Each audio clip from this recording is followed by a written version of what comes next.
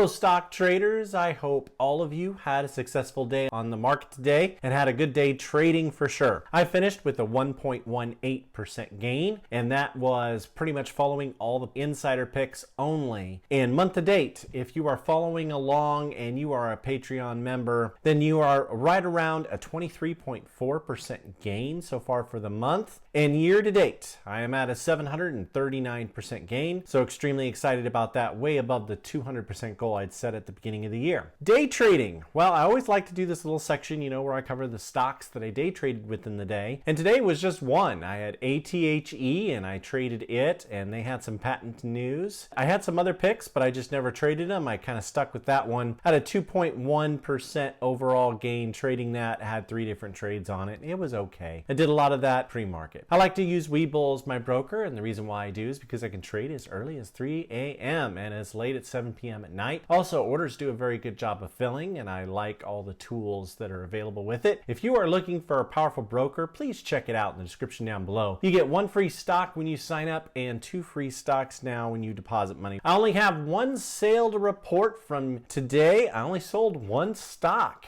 Everything was going pretty well, and I wanted to stick to my plan on a lot of these stocks, and so I won't sell them early, and I'm going to kind of talk more about that here in just a minute. But I sold MYGN for a 0.25% loss. It had been 3 days since the insider activity. It had surged a little bit and got closer to even for me, and so I saw an opportunity to get out so I can reinvest in something else that had a little bit more firepower to it. It's always best to stick to your trading plan. So if you have a plan, let's say you're in a PDUFA run-up and your plan is to sell the stock on the 21st. It's so easy to panic around the 18th, 19th, maybe it's got a bad day, but you got to stick to that plan. A lot of times you can trade yourself out of great gains. Take FPRX, for example, from last week. That one climbed over 315% for me. But there were a lot of people in our group who got tired of that one. They were down a little bit in it, and they sold it about an hour before it began to run. So I like these time frames that I have for stock, especially with an insider. An insider is the news before the news, and if you don't hold it long enough for the news to be reported, you kind of waste that whole investment. And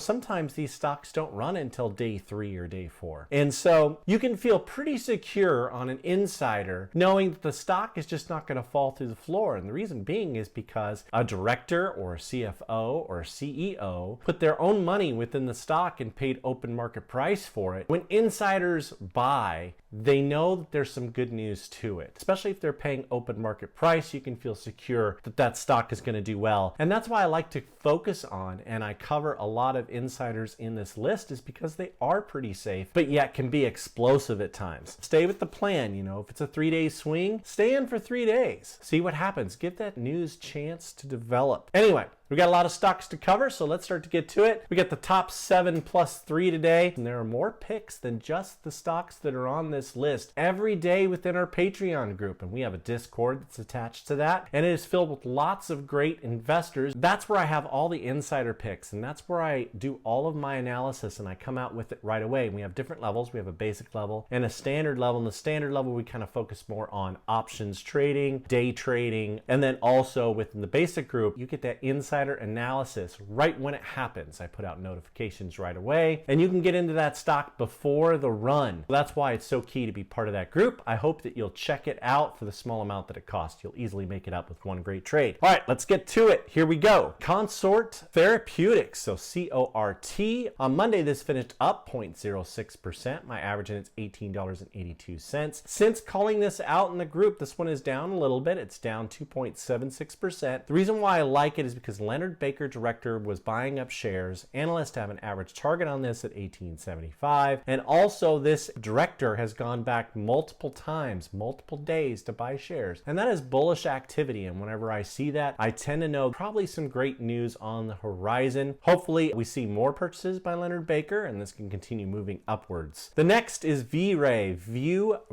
VRAY, and on Monday this finished down 3.59%. My average in it is $3 $3.52. And since calling this one out, it is up 6.82%. And the reason why I like it is because the CEO bought $500,000 worth in open market. So very bullish transaction and a cheaper stock, definitely. Analysts have an average target on this stock at $3.66. All right, the next is Cytera, CDTX. And this one has been fantastic since putting on the list. Hopefully you got it at the time when I called it out. On Monday, this finished up another 5.51%. My average in it's $2.33. And since calling this one out, this one is up 15.02% since calling it out in our Discord. So if you got in on that and you're a member of that Discord, you are sitting pretty in this. I like it because the CFO and CEO both bought shares in open market, and analysts have an average target price on this at $6.53. So there is lots of upside. This thing could climb almost 300% and not even hit its analyst target. So that's very, very cool. Now for the top 7, number 7 is MTEM. This is molecular templates. On Monday, this had a rough day. This finished down 7.69%. My average in it is still $9.29. So this hasn't hit the time frame for my plan yet. And I'm expecting more insider activity to happen on this today or tomorrow to be reported. And so this should move upwards. But since calling this one out, it is up 2.75% since calling it on our Discord. B-Flat Biotech has been buying up shares, and they've done so 8 business days in a row. That's very bullish activity. That is very good when you see insider activity happen day after day after day after day. Makes me know that there's some big news on the horizon. Analysts have an average target on the stock at $20.84, and there are quite a few analysts that have come on record and say this one will double just all of a sudden one of these days soon. And so I like that, especially with B-Flat Biotech loading up also. Number 6 is UEPS. This is Net1 UEPS Technologies. On Monday, this finished up 2.42%. My average in it's $3.36. And since calling this one out in our Discord, it is up 0.89%, so not a lot, but it's just getting going. And Value Capital Partners is loading up again. And in the past, they have a history of loading up day after day after day after day. And so what'll happen typically is you'll see a day reported of insider activity, and then 2 days later, you'll see 2 more days in a row reported at the same time. So this has happened in the past, and I think this could happen again. Analysts have an average target on this at $5 a share, but it's Value Capital Partners that is loading up, and so I am optimistic that this one is going to do great and have multiple days of insider activity, which should really push the price upwards. All right, number 5 is MAXR. This is MAXR Technologies. On Monday, this finished up 0.64%. My average in it's $23.68. And since calling this out in our Discord, it is up 6.24%, so it's doing really well. The reason I liked it is because not only did the CFO load up shares, but so did the director, and they both bought in open market. Analysts have an average target on this at $25.44, so there's still some analyst upside on this, but the CFO knows better than anybody the status and what the price of the company should be. And so I'm expecting, since they put their own money into this, that this is undervalued and will move upwards, possibly with some force. And so far, this one's been really good. I look forward to that continuing. Number 4 is Camping World, CWH. And on Monday, this finished up 1.96%. My average in it's $26.81. And since calling this one out a few days ago, this one is up 6.49%. Hopefully you've gotten into this one, but I like it because 2 different directors have loaded up, Michael Malone and Stephen Adams. One director bought $50,000 worth, when the other director said, $5 million. I'm going to put $5 million into the company. Analysts have an average target price on this at $38 a share. And so Camping World is one that I think that can really climb. They are just now starting to get into the Dakotas, and so that was kind of exciting news today that came out on that. And so we should see that one move forward. Number 3